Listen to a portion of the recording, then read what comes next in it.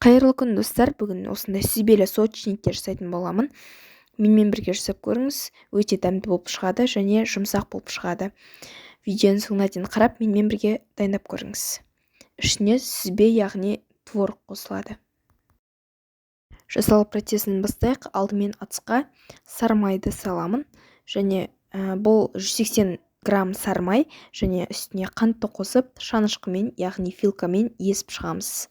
Құрамының граммдарын астына описанияға, яғни сипаттамасына жазып кетемін.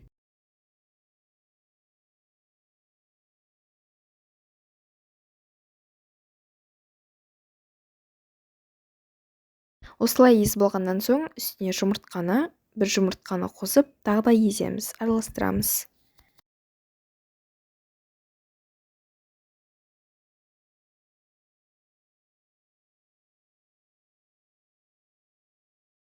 Үстіне қаймақты, яғни сметананы қосып, 2 ас қасық тағы да араластырамыз.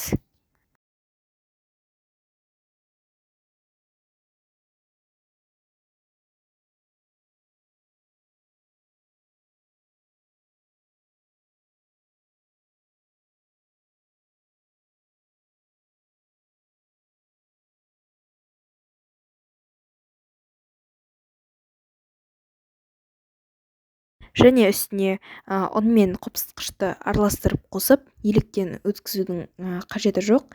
Және осылай вилкамен араластыру арқылы қамыр илейтін боламыз. Қолға жабыспайтын және жұмсақ қамыр болу қажет. Және сол қамырды біз холодильникке, яғни тоңазытқышқа 1 сағатқа таза целлофанға салып, орап қойып қоямыз.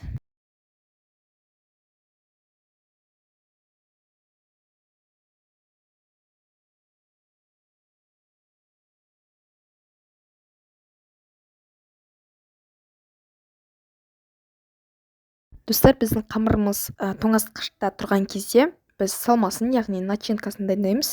Алдымен ыдысқа творогты, яғни сүзбені саламыз және үстіне жұмыртқаның сары уызын қосып араластырамыз. Және үстіне қаймақты қосып тағы да араластырамыз.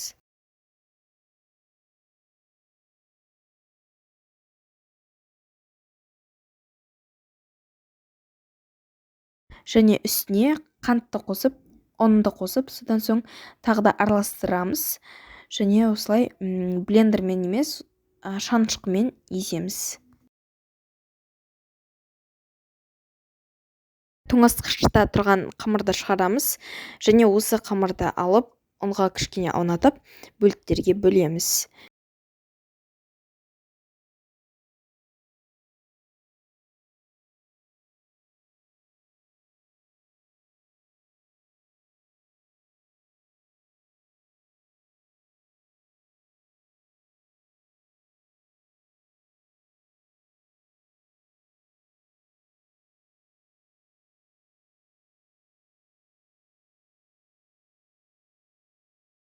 Достар, бөліктерге бөлгеннен соң оны жаямыз оқтаумен, қатты жұқада және қатты қалыңда қылмаймыз. Осылай жайғаннан соң жарты бөлігіне біз начинканы, яғни салманы саламыз. Салманы салып, екінші жағын қайырамыз, шетін кішкене қысып, сосын біз табаны дайындаймыз. Табаға пергаментті төсеп салған маңызды.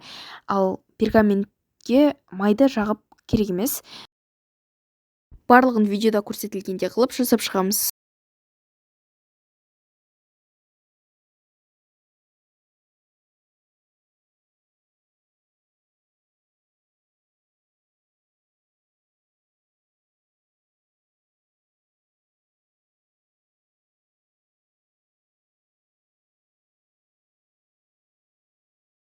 Достар, енді осы біздің сочниктеріміздің бетін осылай жұмыртқаның сары уызымен осылай жағып шығамыз. Және бірінші қамырына, сосын біз творогымызға жағып шығамыз, яғни салмасына жағамыз.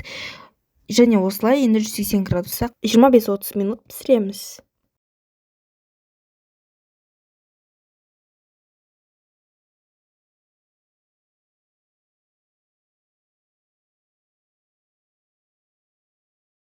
Енді пешке саламыз. Достар, осылай пісіп шықты бізде. біздің соусшеніктеріміз. Енді үстіне сахарная пудра, яғни қант ұнтағын сеуіп жібердім әдемілік үшін. Әрине бұл және осылай пісіп шыққаннан соң, суығаннан соң барып көріңіздер ішін.